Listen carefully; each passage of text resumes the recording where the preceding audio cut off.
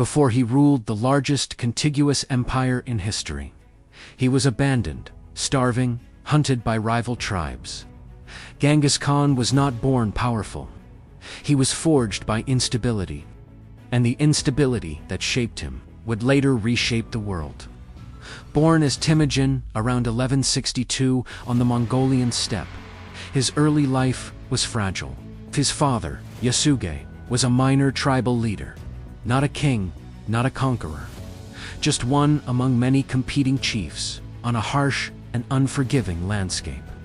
The Mongolian steppe was not governed by centralized authority. There were no stable borders, no permanent alliances. Power was fluid, temporary. Tribes formed coalitions, then broke them.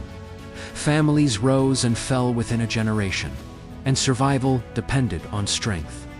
Temujin's childhood changed abruptly when his father was poisoned by a rival tribe.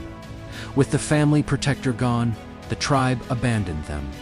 Temujin's mother Holin was left alone with several children.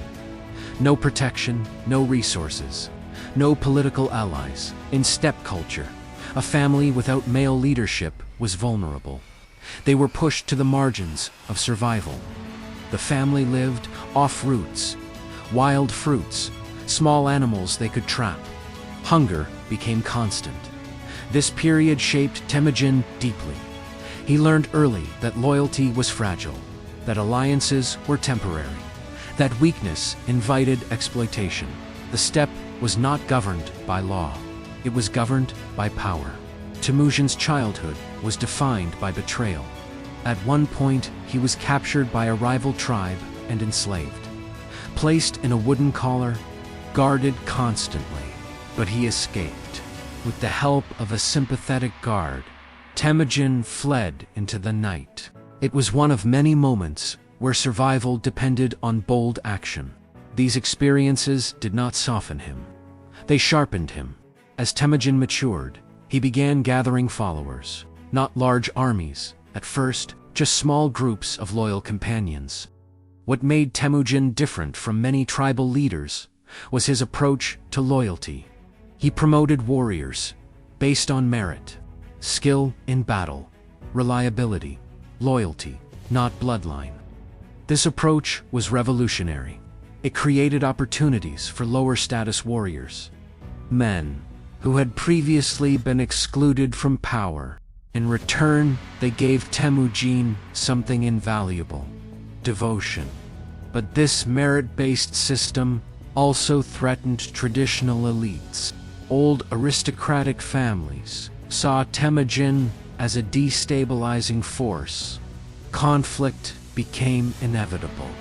Tribal rivalries intensified. Temujin fought not just external enemies, but internal resistance from Mongol leaders unwilling to accept his rise. Through a combination of diplomacy, strategic alliances, and military victories, Temujin gradually unified fractured tribes. Negotiation when possible, force when necessary. Each victory strengthened his authority. Each alliance expanded his influence. And slowly, a new political structure emerged across the steppe.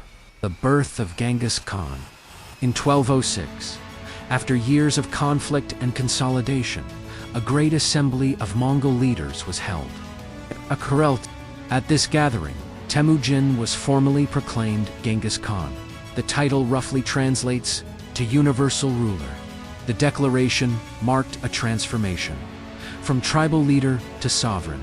But unifying the Mongols was only the beginning.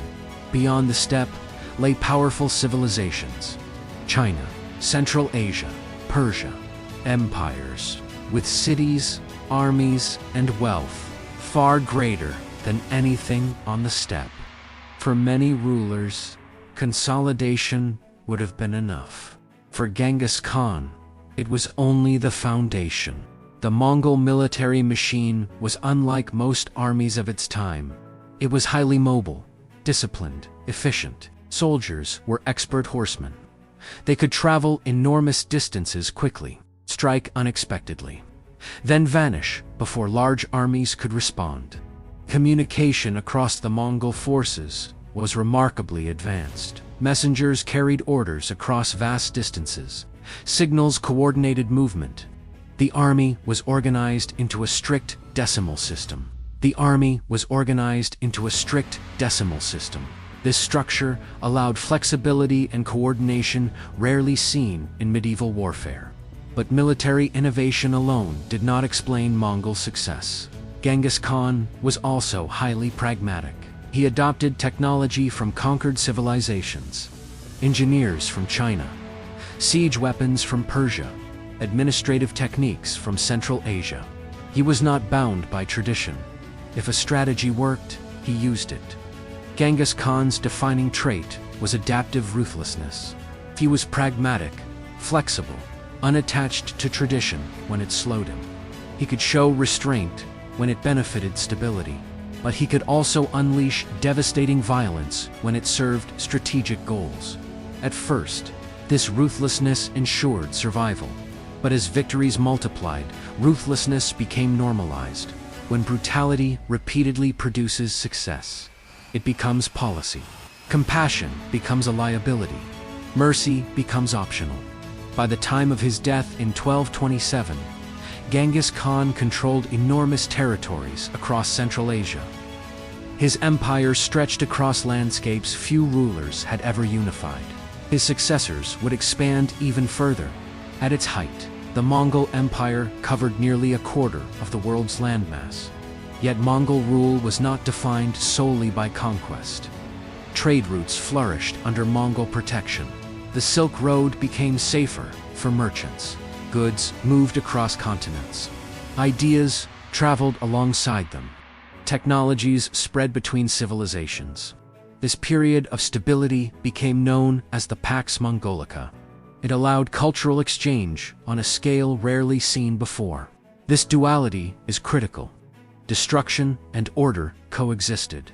Conquest and governance intertwined. Genghis Khan was not merely a destroyer. He was an organizer.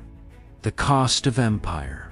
But organization built on fear demands constant reinforcement. The human toll of Mongol expansion was immense. Entire cities vanished. Civilizations were disrupted.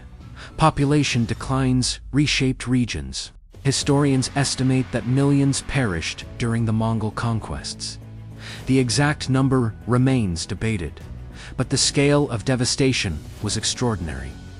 Genghis Khan permanently altered the demographic and political landscape of Eurasia. Empires collapsed. Trade routes shifted. Borders changed. Despite its vast size, the Mongol Empire did not remain unified for long. After Genghis Khan's death, succession passed to his sons and grandsons. But governing such enormous territory proved difficult. Geography created distance. Distance created autonomy. Regional leaders developed independent power bases. Within generations, the empire fragmented into several khanates. Internal rivalries emerged. Political cohesion, weakened power, had expanded rapidly.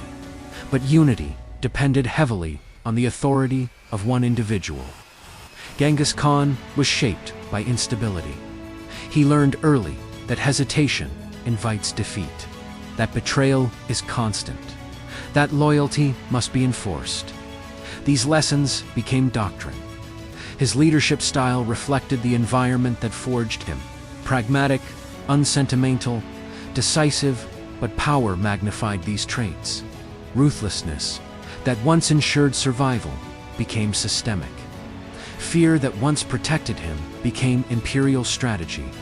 And when fear becomes foundational, stability becomes fragile. Because fear can unite people under pressure, but it rarely sustains unity across generations. Genghis Khan built something unprecedented. He united tribes that had warred for centuries, created military structures ahead of their time, expanded trade networks, reshaped global power dynamics. But his rise illustrates a dangerous truth. Methods that secure survival do not always secure stability. Ruthlessness can build empires, but it rarely builds permanence.